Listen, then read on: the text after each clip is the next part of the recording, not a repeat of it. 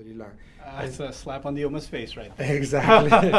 And so, I was a new Muslim, and I realized that was a gap. And mashallah, when he became Muslim, he didn't come and whine and say, oh, there's no material, because there's always, when there's a need, right, there's two positions. Either somebody says, oh, there's this huge need, and talk about the need and talk about the problem.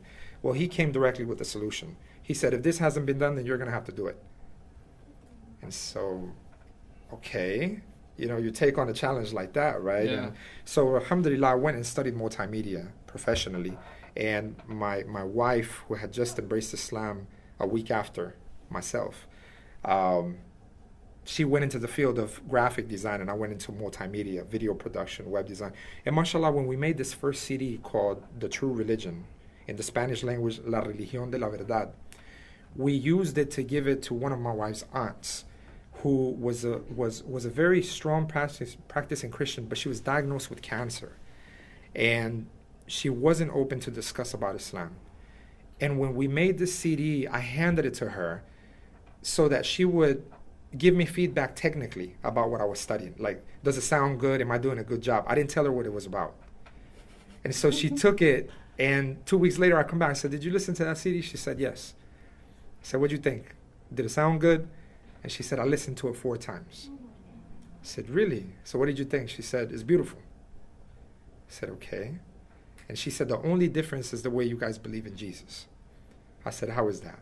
So as we got into discussing, I realized this CD broke the ice. Yeah. It got us to at least talk. And she wasn't willing to talk about this before. Exactly. So within 15 minutes of the discussion, I just asked her one simple question. While you've been diagnosed with possibly 2 months left in life, do you ask the one who sent Jesus to cure you, or Jesus himself?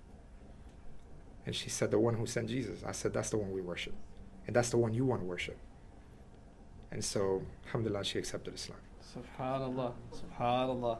And within about 2 hours, she was hospitalized. She couldn't breathe. And soon thereafter, alhamdulillah, she passed away.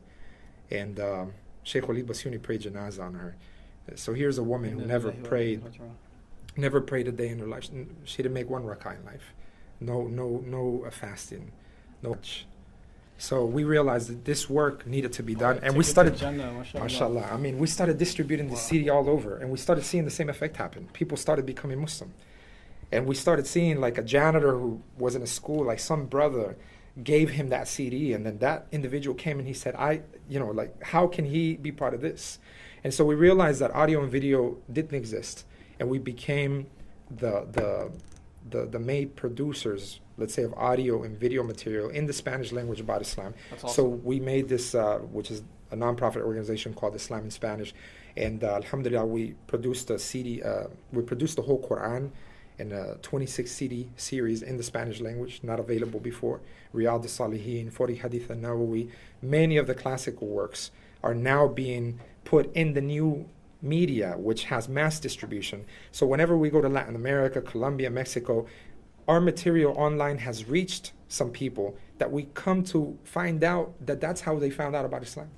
And they became Muslim. Did you tell me about somebody you met? Was it in Colombia you met him? Yes. The guy sitting across from you was like, yeah, I heard your CD, I watched your video, and that's why I became Muslim. MashaAllah. And you didn't even know. Subhanallah. SubhanAllah. La ilaha illallah, la ilaha illallah.